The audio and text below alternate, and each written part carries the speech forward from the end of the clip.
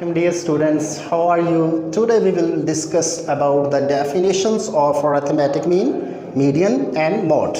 What is arithmetic mean? Arithmetic mean is defined as sum of all the values and divided by their numbers, and it is denoted as x bar.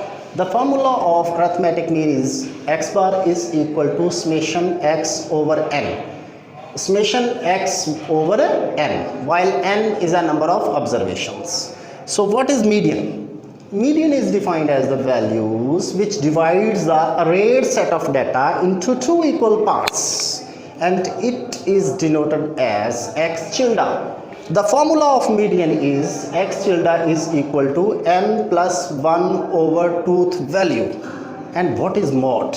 Mode is defined as the values which occurs the greatest number of times in the data, or the most frequent average is also called mode, and it is denoted as x hat. Happy watching.